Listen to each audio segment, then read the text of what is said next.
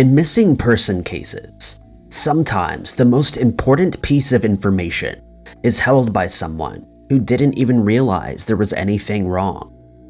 Some missing person cases are resolved years later, but hopefully sharing information can help these 2021 cases be resolved much sooner. Number 5. May 14th, 2021 was an ordinary day for Bernard Grempel. The 29-year-old from Surrey, British Columbia, went along with his usual activities, visiting a local store to get a drink and catching the SkyTrain at Surrey Central Station at about 10:30 p.m. He was following the route he usually took to go visit his parents and got off the train at 22nd Street Station in New Westminster before catching his usual bus. What happened after that remains a mystery. Bernard was very close to his family, calling his mother every day and visiting his parents once a week. When nobody in his family was able to get a hold of him, they knew something was terribly wrong. He was reported missing to police, but by the time they got around to checking the CCTV on public transport, it had already been deleted. The footage is automatically wiped every week. Crucial to cracking the case could be figuring out where Bernard got off the bus. It was a route he had done countless times before, so it seems unlikely he would have gotten off at the wrong stop and gotten lost. Some of the people who saw Bernard on the bus have come forward to the family, but what information they were able to provide hasn't been released to the public. Bernard's family noticed nothing out of the ordinary in his life before his disappearance. He was an accountant, but had previously worked as a swim coach for a children's team. Bernard had been a swimmer as a child and worked his way up through the coaching ranks. He was a well-loved member of the community, and it isn't known if he had any enemies or anyone that would want to hurt him. It's also completely out of character for Bernard to disappear from his family's lives. His sister was pregnant at the time of his disappearance, and Bernard was looking forward to welcoming a new niece or nephew. Bernard is described as 6 feet tall, 160 pounds at the time of his disappearance. He has brown eyes and shoulder-length curly brown hair. He was last seen wearing a black hooded jacket and red sweatpants. Number 4. 23-year-old Alacia Hill walked out of her boyfriend's home in Detroit in early March and hasn't been seen since. 2021 had not gotten off to the best of starts for Alacia. She had contracted an infection that left her in a medically induced coma for several weeks. At one point, complications meant that she had to have her right hand amputated, but thankfully she recovered from the illness. She was back home by March 11th, the last time her family saw her. The day before, she went with her mother to a doctor's appointment so she could get the stitches removed from the amputation operation. She left with her boyfriend, Marlon Billingsley, and called her mother when they got back to his place. For unknown reasons, Alacia didn't have a phone at the time, so she called from Marlon's phone. Mother and daughter chatted for a while, and Alacia promised to call the following day. When her mother didn't receive a call, she phoned Marlon. Marlon revealed Alacia had left. Earlier that morning, Alacia had simply walked out of the house without any explanation.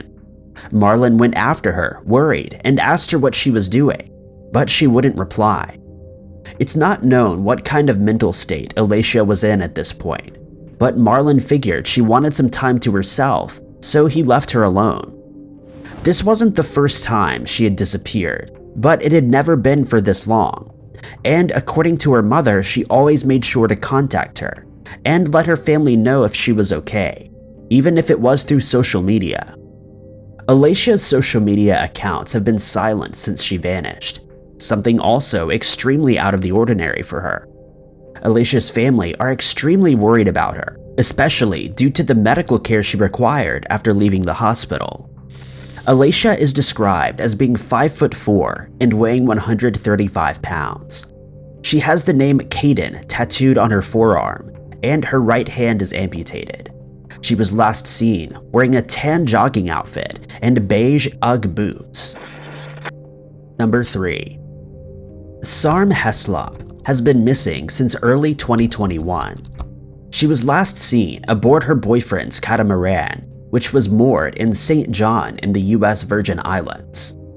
Sarm spent much of her adult life traveling the world. She had worked as a flight attendant in the past, but had also worked in call centers to fund trips around the globe. A friend suggested she sail across the Atlantic, and in December of 2019, she settled down in the Caribbean. In June of 2020, she met Ryan Bain on Tinder, and the two began dating. By March of the following year, they were doing everything together.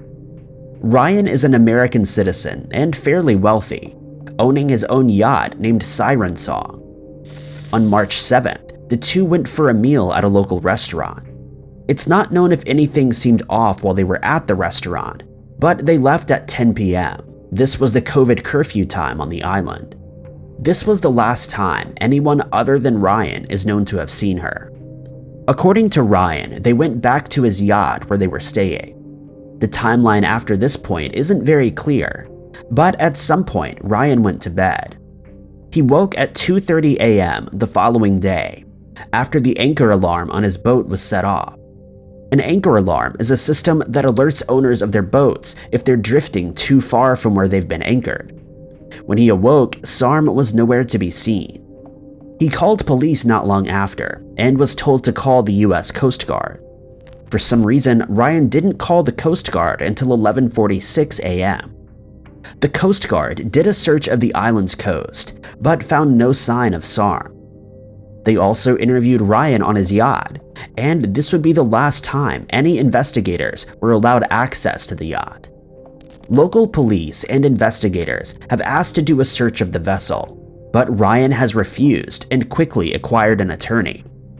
He has not assisted with inquiries, though his attorney has said he will if it's legally required of him. In a statement, Ryan said he's devastated. A search of the island turned up nothing, and investigators can't be entirely sure Sarm had reached the yacht that evening. It's possible something had happened to her after leaving the restaurant. Police would need a warrant to search the Siren Song, and as they don't have enough evidence that Ryan was involved in Sarm's disappearance, that hasn't been possible yet. A dog walker claimed he had heard a scream around the time that Sarm disappeared, but police have said this could have come from any of the boats in the harbor, and they can't be sure it's related to the case. Sarm is described as a Caucasian female, about 5'8", of an athletic build with long dark hair. She has a large tattoo on her shoulder of a seahorse, butterfly, and flower. Number 2. Tiffany Foster has been missing since March 1st, 2021, after leaving her home in Newnan, Georgia to go shopping. Tiffany was newly engaged and was close to graduating from Georgia Military College, where she was studying criminal justice. From the outside, it seemed like there was plenty to look forward to on the horizon. Unfortunately, she hasn't been able to experience any of it. Tiffany was last seen by her fiancé, a man named Reginald Robertson, and her teenage daughter when she left her home to go shopping. She sent a text message to her mother, though when that was or whether it gave any clues as to her disappearance is information that hasn't been revealed. She didn't return home that day. Her daughter was concerned about her mother's whereabouts, but Reginald opted not to contact police. It wasn't until the following day that Tiffany was reported missing. She failed to show up for class, which was very out of character for her. Tiffany's family reported her missing, and police began a search for the mother of 3. So far, there has been little in the way of leads. Tiffany had left in her car, a 2020 Nissan Maxima, to go shopping, and for a while, the vehicle was also missing. It was located 7 days later, abandoned in a parking lot in College Park, 30 miles away from Newnan. Inside, investigators found her credit card and purse, but her cell phone was missing. The case only got even more puzzling after it was discovered that Tiffany hadn't driven her car to College Park. her fiancé had. Reginald had moved the car from where it had been left somewhere in Newnan to College Park. This was after Tiffany had already been reported missing, and he would have known moving the car would hinder the case. He was charged with stealing the car, but he didn't officially become a suspect. Even if he wasn't officially a suspect, Tiffany's family believed that there was something up with her finances. Her sister told the press that she'd felt like something was wrong in the weeks leading up to her disappearance, but Tiffany hadn't wanted to say anything. She also said Tiffany wasn't overly enthusiastic about her relationship, but wanted to make things work. Reginald was later charged with kidnapping and aggravated assault, but it was in a case unrelated to Tiffany's. The charges were related to an incident that occurred in late 2020. However, the police confirmed he was a person of interest in the case. Tiffany's family have offered a $10,000 reward for information leading to her whereabouts. She is described as 5'2", weighing 220 pounds, with black hair and hazel eyes. Number 1. Cynthia Batraor disappeared from her home in Crowley, Texas in February of 2021 and hasn't been seen since. She left behind 2 sons and family and friends who are all struggling to find answers to the strange disappearance. Cynthia was last seen on CCTV at a gas station in Grandview, some 26 miles away from her home. According to friends, she made a scene at the gas station, but it didn't become a physical altercation. Even though she drove her own car to the station, she accidentally got into another vehicle after leaving the store. The owner of the vehicle told her to get out, and Cynthia apologized and claimed she had gotten confused. She got into her own car and drove away. It was the last time she was seen. Unfortunately, she left her phone in the other car, so it couldn't be used to trace her, and it's not known if police found anything useful on the device. Cynthia was a kind, friendly, and religious person who her friends knew as someone they could rely on. She worked as a prenatal counselor and made gift baskets for the mothers she worked with, including all the necessities for their baby and handmade caps. In the months before her disappearance, Cynthia was working on creating a nonprofit to make her baskets more widely available. Unfortunately, Cynthia's personal life was a little more disrupted than she would have liked.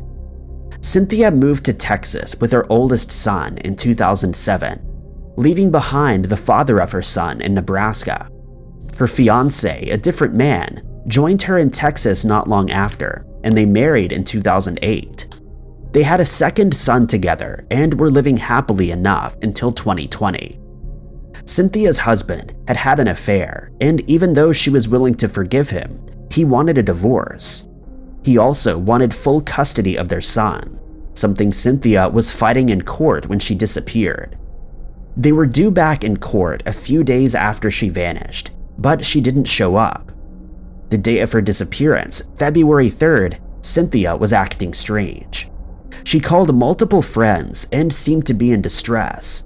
She told one friend that she wanted to support families of missing people, and had begun crying before her friend had gotten off the phone for work. When the friend called back later that day, she said she was fine. She continued to chat and text with friends until around 10 p.m., about half an hour before she was seen on CCTV.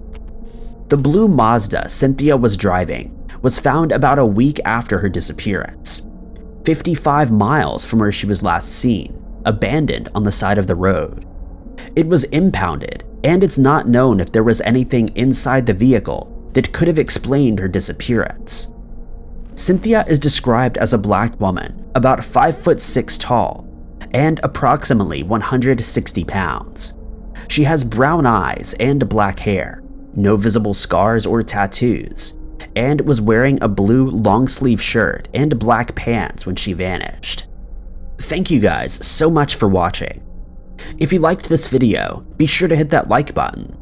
Also, don't forget to subscribe and click that notification bell to keep up to date with all of our future uploads. But I've been Ty Knots, and I'll catch you guys in the next video.